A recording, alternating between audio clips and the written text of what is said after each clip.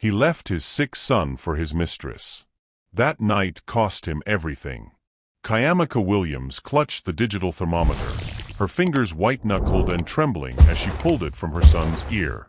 The digital display pulsed with a terrifying neon red glow, 105 degrees Fahrenheit. Little Jaden, just 4 years old, lay small and fragile against the expensive silk sheets of their master suite, his tiny chest hitching with every shallow, searing breath. His skin was a deep, burning flush, and his parched lips moved in a silent, incoherent plea for relief. A suffocating wave of terror crashed over Chiamaka. She worked with frantic, desperate speed, pressing lukewarm cloths against his brow, his neck, and under his arms, but the heat radiating from his small body was relentless. Suddenly, Jaden's frame stiffened and began to jerk violently, his eyes fluttering back into his head. "Jaden, my baby, please, don't do this to Mama." If you are just tuning into this channel, please subscribe, give this video a thumbs up, and don't forget to share with your friends and family, and tell us where you are watching from in the comments section. The dial tone echoed like a death knell in the silent, cavernous room.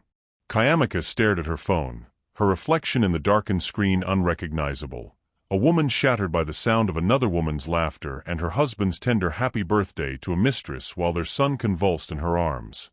There was no time for the luxury of heartbreak. Jaden's breathing had turned into a wet, terrifying rattle. She snatched a heavy wool coat from the armchair, swaddling her son's trembling body before hoisting him against her chest. The Williams estate, usually a symbol of their vaulted status, now felt like a sprawling, haunted tomb. The staff was away, leaving Chiamaka alone in the 10,000-square-foot silence. She sprinted toward the garage, her breath hitching in her throat, praying for the purr of an engine. But as the heavy door groaned open, she was met with a hollow, mocking emptiness. The space where her black Maybach and red Porsche usually sat was vacant. Julius had claimed his car was in the shop that morning, asking to borrow hers for clients. The realization hit her with the force of the thunder overhead. He had taken her car, her keys, and even Onus, their private chauffeur, to ferry Sivia Johnson to a birthday gala, leaving his family stranded and helpless in a medical emergency. Desperation replaced the last shred of her patience. Chiamaka tightened her grip on Jaden and plunged into the blinding sheet of rain. The estate's driveway was a quarter-mile stretch of unforgiving cobblestone. Within seconds, the freezing Georgia downpour soaked through her thin silk pajamas, the wind whipping her hair into a tangled veil across her face. She ran until her lungs burned, her vision blurred by water and tears. Halfway to the main gate, her foot caught on a slick stone. She went down hard, her knee slamming into the gravel with a sickening crack. Even as excruciating pain radiated up her leg and fresh blood bloomed through the fabric of her pants, she refused to let Jaden touch the wet earth. She shielded his burning forehead with her own body, whispering broken promises into his hair as she clawed her way back to her feet. When she finally reached the main road, the world was a desolate, gray blur. Every taxi that sped past ignored her frantic waving, their tires splashing muddy water over her shivering frame. Her fingers, numb with cold, swiped uselessly at her rideshare app, but the severe weather had cleared the streets of drivers. She stood under a rusted bus shelter, looking down at Jaden's ashen face. She was a Williams, the secret backbone of a multi-million-dollar empire, yet she felt as invisible and pathetic as a beggar. Just as the darkness threatened to swallow her resolve, the low rumble of an old delivery truck cut through the sound of the gale. The vehicle sputtered to a halt, and a middle-aged driver leaned out, his eyes wide with shock at the sight of the bloodied, rain-drenched woman. Chiamaka threw herself against the passenger door, her voice a raw, jagged edge. "Please," she sobbed, "save my son. He's having seizures. I'll give you everything I have, just get us to Providence, General." The man didn't ask for money, he simply threw the door open and told her to get in. As the truck roared to life, Chiamaka huddled in the cab, the scent of motor oil and old peppermint surrounding her. She watched the blurred lights of the city flicker past, and in the freezing quiet, the seed of a cold, unstoppable hatred began to take root in her heart. Julius had left them in the storm to blow out candles. She would ensure that when he finally came home, there would be nothing left for him but ashes. The sliding doors of Providence General hissed open, admitting a blast of freezing rain and a mother whose screams for help cut through the sterile hum of the emergency room. Chiamaka's hair was plastered to her face, her silk pajamas tattered and stained with the blood from her torn knee, but she didn't feel the sting of her own flesh. All she felt was the terrifying stillness of Jaden in her arms. Medical staff swarmed them immediately, a blur of white coats and blue scrubs, and a nurse quickly maneuvered a gurney to take the child. As they wheeled him away, the attending physician's face turned grim, his eyes flicking over Jaden's pale, unresponsive form with a professional urgency that chilled Chiamaka to the bone. The trauma room doors slammed shut, the red light above them igniting like a fresh wound, separating her from the only reason she had left to breathe. For 2 agonizing hours, Chiamaka paced the deserted antiseptic-smelling corridor, her wet clothes clinging to her skin like a second, colder layer of grief. The silence of the hospital was heavy, broken only by the squeak of her bare, gravel-cut feet on the polished tiles. Finally, a middle-aged nurse emerged, her expression a mix of professional weariness and sharp disapproval. She handed Chiamaka a thick stack of paperwork, her voice dropping into a reproving tone as she asked why they had waited so long, warning that another few minutes could have resulted in permanent brain damage. "He has acute pneumonia complicated by the seizures," the nurse stated flatly, her eyes searching the hallway. "Where is the father? How could he let you carry a child through a storm like this alone?" The question was a serrated blade twisted into Chiamaka's chest. She thought of Julius, not the man she had married, but the monster who had laughed into a phone while his son was dying. She pictured him in that candlelit suite, his hand adorned with the limited edition watch she had bought with her own inheritance, touching the woman who had helped him hollow out their marriage. A bitter, jagged smile touched her lips, a look of such absolute freezing finality that the nurse actually took a step back. "The father is busy being a hero at another woman's birthday party," Chiamaka said, her voice devoid of its usual warmth, sounding instead like the cracking of winter ice. She gripped the pen and scribbled her signature on the consent forms with a hand that had finally stopped trembling. "As for my husband," she added, looking the nurse directly in the eye, "he is dead." The declaration wasn't a lie. The Julius she had sacrificed 5 years for, the man she had built up while shrinking herself, was an illusion that had finally vanished. To keep from collapsing, she sank onto a cold metal bench and pulled out her cracked phone. Her thumb hovered over the social media app, drawn by a masochistic need to see the depth of the betrayal. There, at the top of the feed, was a photo from Sylvia Johnson's private account. It showed Julius's hand, the Patek Philippe glinting in the soft light of a luxury suite, intertwined with Sylvia's. The caption read, "Thank you, my man. You gave me the warmest birthday. Love you, J.W." Below it, Sylvia had replied to a comment, mocking old things at home that would soon be thrown out. Chiamaka didn't cry. Instead, she let out a soft, eerie laugh that echoed through the empty ward. She took a screenshot, her eyes shifting from agony to a glacial resolve. The weak housewife was gone. In her place was a sterling heiress preparing for war. She scrolled through her contacts and found the one name she hadn't dared call in half a decade, Mr. Matthew Williams, the father she had defied for a man who didn't deserve her name. The fluorescent lights of the hospital hallway hummed with a sterile indifference, casting long, gaunt shadows against the floor where Chiamaka sat. She clutched her phone, the glass screen fractured like her own spirit, yet her gaze was no longer unfocused with grief. She retreated to a secluded corner of the ward, far from the prying eyes of the night staff, and dialed a number that had remained dormant in her call log for 5 years. The line rang only once before it was answered by a voice that resonated with a quiet, terrifying authority, the voice of Mr. Matthew Williams. "Chiamaka?" her father asked, the name carrying a weight of half a decade of silence and disappointment.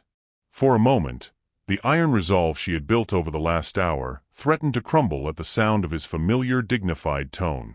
She took a shaky breath, forcing the cold air into her lungs until her chest ached. "Daddy," she whispered, her voice cracking before hardening into something as sharp as a diamond. "I was wrong. I want to come home." There was a pause on the other end, a silence so profound she could almost hear the gears of the Sterling Empire shifting back into place. "Good," he replied, his voice shifting from concern to the decisive rumble of a man ready for war. "I have waited 5 years for you to wake up from that nightmare. Tell me where you are." As she explained the night's horrors, the fever, the seizures, the empty garage, and the birthday party Julius was attending while Jaden fought for his life, the air in the hallway seemed to drop several degrees. She didn't ask for comfort, she asked for a reckoning. "I need the best legal team Sterling Industries has to offer," she stated, her eyes fixed on the red light above the ICU door. "I need asset freezing procedures, a divorce filing, and a total audit of Thorne Enterprises. I want to reclaim everything I gave that scoundrel, principal and interest." Her father's response was immediate and fierce. "That's my girl," he said, the pride in his voice cutting through the static. "A Sterling has to be decisive. I will be there myself. As for Julius, I will make him regret the very day he was born."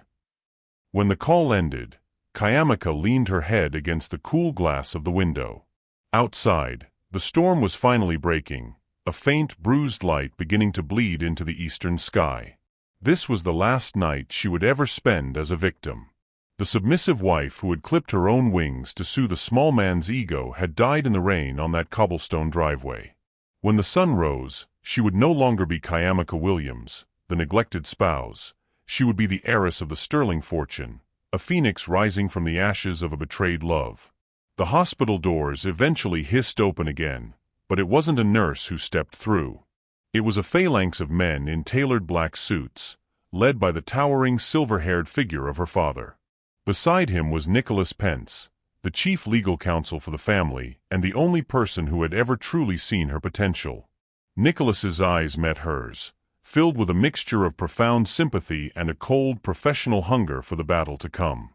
Chiamaka stood to meet them, her back straight and her chin lifted. She didn't look like a woman who had been beaten by a storm. She looked like the storm itself.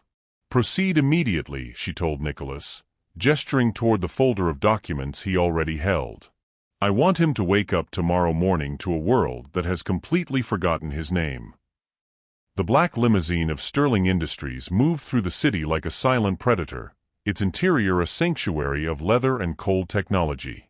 Chiamaka leaned back into the seat, her eyes fixed on the skyscrapers of the financial district, but her mind was a battlefield of ledgers and contracts.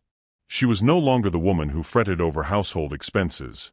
She was the silent architect of Julius's success, and she was about to pull the foundation from beneath his feet. For 5 years, Thorne Enterprises had flourished on the lifeblood of Citadel Capital, a private equity fund Chiamaka had established using her mother's inheritance. Julius believed his rise was a product of his own brilliance, unaware that his wife had been his secret benefactor, quietly pumping capital into his failing dreams to protect his fragile pride. With a steady hand, Chiamaka pulled a sleek tablet from the console and dialed a secure, encrypted line reserved for top-tier investors. When the call connected, the voice of Mr. Lawrence, the high-stakes bank manager, was immediate and deferential. "Ms. Sterling, it is an honor to hear from you. Chairman Williams has briefed us on the urgency," he stated. Chiamaka's voice, once soft and pleading, was now as sharp and cold as a surgeon's scalpel. "Activate the spousal risk clause in the investment trust agreement between Citadel Capital and Thorne Enterprises," she commanded. There was a momentary pause on the other end, the sound of digital keys clicking as the gravity of the request registered. "Which level do you wish to apply, ma'am?" Mr. Lawrence asked cautiously. A mocking, dangerous smile curled Chiamaka's lips as she watched a billboard for Julius's company flash by the window. "Level 1. A complete, absolute freeze," she replied, her words carrying the weight of a death sentence. She watched the progress bar on her tablet as the orders were dispatched with a single tap. "Lock every corporate account tied to Thorne Enterprises. Lock Julius Williams's personal accounts, his offshore holdings, and every supplementary credit card he has issued to his associates, especially Sylvia Johnson," she directed. Mr. Lawrence's voice crackled with concern as he noted the immediate repercussions. "This will paralyze them, Ms. Sterling. Their cash flow is precarious. If we cut funding now, bankruptcy is a matter of days. Chiamaka interrupted him, her gaze as hard as flint. That is exactly what I want. I want him to wake up tomorrow morning without a penny to his name. I want him to stand at a checkout counter and feel the humiliation of a declined card while his world crumbles.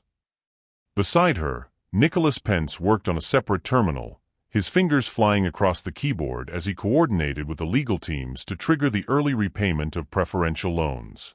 They were calling in every debt, citing the CEO ethics clause Julius had violated the moment he chose a mistress over his dying son. Chiamaka watched as the notifications began to flood the system. Checking accounts locked, platinum cards deactivated, and the loan on the luxury Maybach Julius so loved to flaunt was flagged for immediate repossession. "It's done," Nicholas murmured, handing her a hard copy of the asset freeze confirmation stamped by the court. Chiamaka took the paper, her eyes gleaming with a predatory satisfaction. She remembered Julius's habit of opening the refrigerator for a drink the moment he returned from a night of debauchery. "Have this delivered to the house," she instructed. "Stick it directly on the fridge door. I want it to be the first thing he tastes when he realizes his life has ended." The sleek black limousine of Sterling Industries glided into the driveway of the Williams estate, the tires crunching over the same cobblestones where Chiamaka had bled and crawled just hours before. The storm had passed, leaving the air damp and the nearly 10,000-square-foot mansion eerily silent. Chiamaka stepped out of the car, her back straight and her eyes reflecting the cold power of her family's legacy. Behind her stood Nicholas Pence and two formidable bodyguards, their presence a stark contrast to the hollow emptiness of the house Julius had turned into a tomb for her happiness. She walked through the front door without hesitation, the clicking of her heels echoing through the marble foyer that no longer felt like home. In the master bedroom, the scent of Julius's expensive cologne still lingered in the air, a fragrance that now made Chiamaka's stomach churn with nausea. His clothes were scattered haphazardly across the bed, discarded in his haste to leave for his crucial meeting with Sivia. Chiamaka ignored the mess, moving toward the walk-in closet with a methodical, icy focus. She didn't reach for the dazzling evening gowns or the designer labels Julius had bought to maintain his image as a successful CEO. Instead, she reached for her simple clothes, the items that belonged to the woman she was before she had been swallowed by his greed. Lucy, the Sterling family's trusted housekeeper, moved quietly beside her, folding garments into suitcases with tearful efficiency. "Miss Chiamaka, you have suffered more than enough," Lucy whispered, wiping her eyes. Chiamaka smiled faintly, though the warmth didn't reach her eyes. "I haven't suffered, Lucy," she replied coldly. "I have simply paid a very high price for a very valuable lesson." She systematically cleared the vanity, leaving it bare of the lotions and lipsticks that had once occupied the space. Most importantly, she gathered Jaden's favorite toys and the photo albums that chronicled his growth, the only parts of this life worth keeping. The room grew increasingly hollow as the remnants of her presence were stripped away, leaving behind only the shadows of the 5 years she had sacrificed for a man who didn't deserve her name.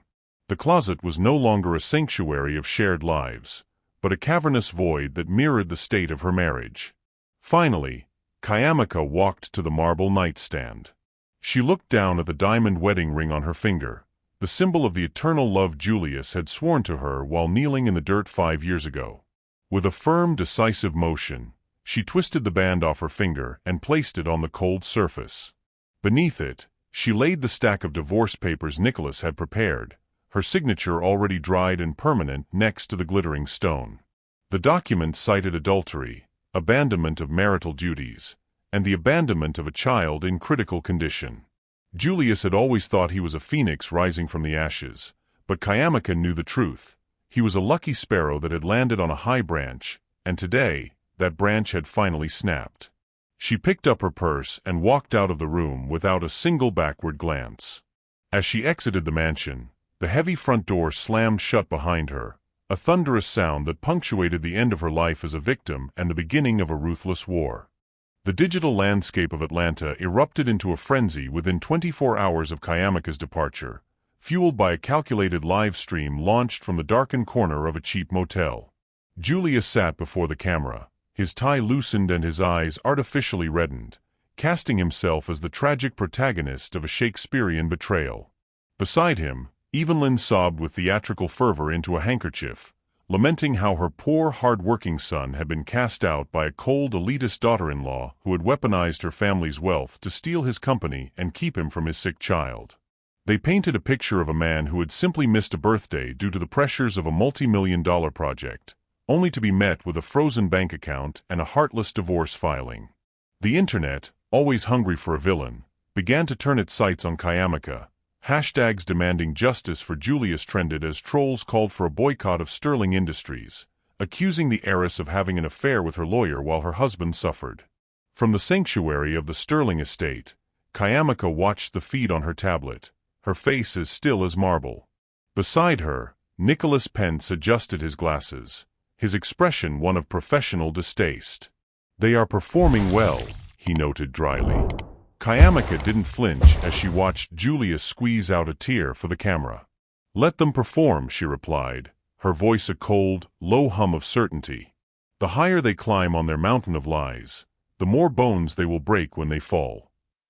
She turned to her father's legal team with a glacial resolve, ordering the final preparations for a press conference at the Ritz-Carlton.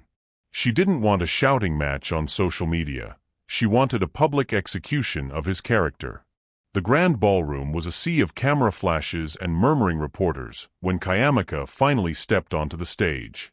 She wore a modest, long-sleeved black dress, devoid of jewelry, looking every bit the grieving mother Julius had failed to acknowledge. When a reporter aggressively questioned if she had driven her husband to ruin out of baseless jealousy, Chiamaka didn't answer with words.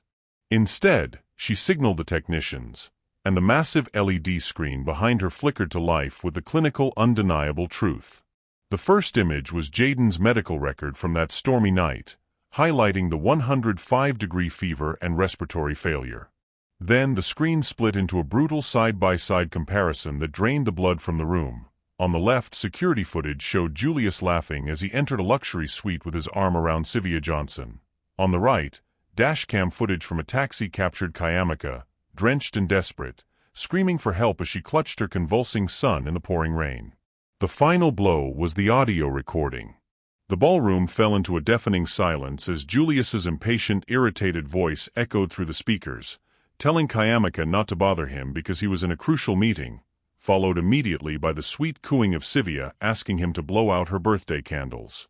Chiamaka stepped to the podium then, her voice steady and echoing with the power of a woman who had found her fire. "I am not a saint who seeks revenge for a broken heart," she stated, looking directly into the primary camera lens. "I am a mother who sought justice for a child whose father considered a mistress's birthday more important than his son's survival. My money gave him a life he didn't earn, and my money had every right to take it back when he proved unworthy of the name Williams." As she walked off the stage, the scattered applause grew into a thunderous roar of public support. The media war was over in minutes. Julius hadn't just lost the public sympathy. He had become the most despised man in the city, his reputation shattered beyond any hope of repair. The victory in the media war had cleared Chiamaka's name, but the air in the Sterling estate still felt heavy with the unanswered questions of her 5-year exile. In the quiet of her study, she sat before an encrypted laptop retrieved by a private investigator from the luxury apartment Sylvia Johnson had fled in haste. Among the fragments of deleted files lay a digital diary, a meticulously documented record of Sylvia's calculated infiltration of Chiamaka's life. Chiamaka's breath hitched as she began to scroll through the entries, her eyes widening at the chilling revelation of a secret alliance between her husband's mistress and her mother-in-law, Evelyn. The diary detailed a series of clandestine meetings where Evelyn had voiced her deep-seated animosity toward Chiamaka, viewing her wealth and education not as an asset, but as a threat to her son's dominance. One recorded exchange made Chiamaka's blood run cold. Evelyn had lamented that if Chiamaka gave Julius another son, her position in the family would become unassailable. To prevent this, Sylvia had provided Evelyn with an unidentified herbal powder, a cold-natured remedy disguised as a health tonic, designed to cause hormonal imbalances and make conception impossible. Chiamaka felt a wave of nausea as she remembered the 3 years of her life when her body had suddenly, inexplicably weakened. She recalled the soups and teas Evelyn had brought to the city with a smile, insisting they were for her well-being, unaware that she was being systematically poisoned by the woman she called mother. The final entry in the digital ledger was a cruel boast from Sivia, claiming that their interference had caused Chiamaka to suffer a silent miscarriage without anyone ever knowing the truth. A jagged, silent sob escaped Chiamaka's throat as she mourned the small life that had been stolen by the very people who claimed to love her husband. The pity she might have felt for Julius's ruin vanished, replaced by a volcanic, glacial rage. This was no longer just about financial betrayal or infidelity. It was aggravated assault and the cold-blooded murder of her future children. She closed the laptop with a sharp click that sounded like a gavel. The fire in her eyes was no longer the desperate flame of a victim, but the blinding light of an executioner. She picked up her phone and dialed Nicholas Pence, her voice coming out as a low, dangerous hum that brooked no argument. "Nicholas, I am sending you a file," she said, her fingers white-knuckled against the device. "I want you to take this evidence to the district attorney immediately. I am not settling for a civil divorce anymore. I want Evelyn and Sivia prosecuted for assault and attempted murder. I want them to pay with their freedom for the life they took from me." Chiamaka stood and walked to the window, looking out at the sprawling Sterling grounds.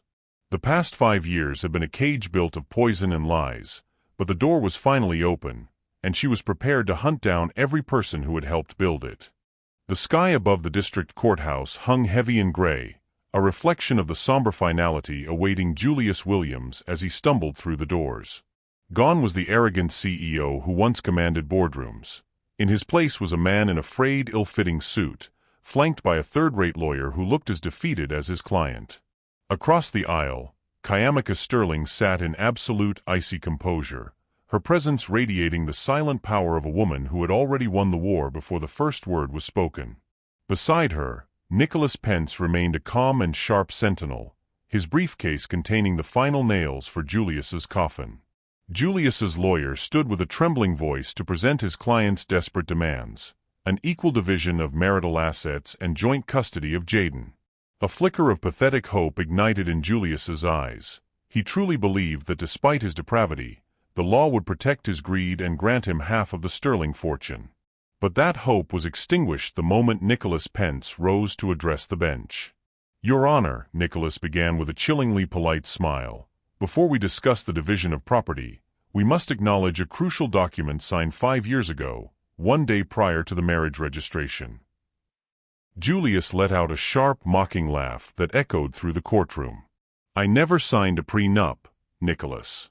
This is a desperate forgery." However, as the original document was placed in his shaking hands, the blood drained from his face. A hazy, alcohol-soaked memory from his bachelor party surfaced. The night he had been dead drunk and Chiamaka had presented a stack of urgent marriage license papers for his signature. He had signed them blindly in his arrogance, never imagining he was signing his own financial death warrant. The contract was ironclad. It stated that all assets, including the capital used to build Thorne Enterprises, remained the separate property of Chiamaka Sterling. Julius had never been an owner. He had merely been a salaried operator of her family's wealth. The judge's gavel banged with the force of a guillotine, declaring the agreement valid. Julius collapsed back into his chair, a hollow shell of a man, as the verdict turned toward the matter of his son. Nicholas presented the irrefutable evidence of the night of the storm, the medical records of Jaden's respiratory failure, and the harrowing video of Julius abandoning his seizing child to celebrate with Sivia. The judge's voice was devoid of mercy as he delivered the final blow. Julius Williams was granted 0 assets, stripped of all visitation rights, and ordered to repay the $1.5 million he had embezzled for Sivia's luxury lifestyle. As the session concluded, Chiamaka stood to leave, her fitted black dress exuding cold authority. As she passed the man who had once been her world, she paused, her voice a soft, lethal whisper that only he could hear. "That signature was the price of your blind confidence, Julius. I made you sign it 5 years ago to protect myself against potential risks, never truly believing I would have to use it. You forced my hand. She walked out of the courtroom without looking back, leaving Julius to drown in the realization that he had personally shredded his winning lottery ticket. His life as he knew it was over. He was now a destitute man, erased from the legacy he had tried so cruelly to claim. 3 years passed like a healing balm over the jagged wounds of the past, and spring returned to the coast of Martha's Vineyard with a gentle golden light. Inside a private seaside villa, the air was filled with the scent of salt water and blooming jasmine, far removed from the cold, sterile hallways of Providence General. Chiamaka stood on the balcony in a pristine white dress, an orchid tucked into her hair, watching the waves crash against the shore. She took a deep breath, feeling a profound sense of peace that she once thought had died on a rainy Georgia night. The 5 years of her life spent in Julius's shadow were now nothing more than a distant, faded nightmare, replaced by the warmth of her family's presence and her son's thriving health. A pair of strong, familiar arms wrapped around her waist from behind, and Nicholas Pence rested his chin on her shoulder. He asked her softly what she was thinking about, his voice a steady anchor that had never once wavered during her darkest hours. Chiamaka leaned back into him, a genuine smile finally reaching her eyes. "I was thinking about how I used to believe love meant sacrificing my identity," she whispered. "I know now that was just blindness." Nicholas turned her around to face him, his gaze filled with a deep, unwavering respect. "True love doesn't require you to be less than you are, Chiamaka," he said softly. "It's about two people shining together without fear." He slowly knelt on one knee, pulling a velvet box from his pocket to reveal a diamond that sparkled like the sunlight on the ocean. "I promise you a home where the storms can never reach you. Will you marry me?" With tears of joy streaming down her face, Chiamaka nodded, her yes carried away by the sea breeze as Nicholas slipped the ring onto her finger. Miles away, in the damp shadows of a dilapidated city street, a man who had once been a king sat hunched on a rusted bench. Julius Williams was a skeletal remains of his former self, his skin sallow from advanced illness and his hands trembling as he clutched a discarded newspaper. He had been released early from prison only to find that the world had moved on without him. He was a pariah, a scavenger who lived on the margins of the society he once looked down upon. His eyes, dull and hollow, landed on a high society photo in the paper's culture section. It was a picture of Chiamaka and Nicholas at a charity event, with a healthy, laughing Jaden standing between them. The boy was holding Nicholas's hand with the casual affection of a son, a sight that pierced Julius's heart more cruelly than any prison sentence ever could. Julius felt a hacking cough tear through his lungs as he stared at the image of the family he had personally destroyed.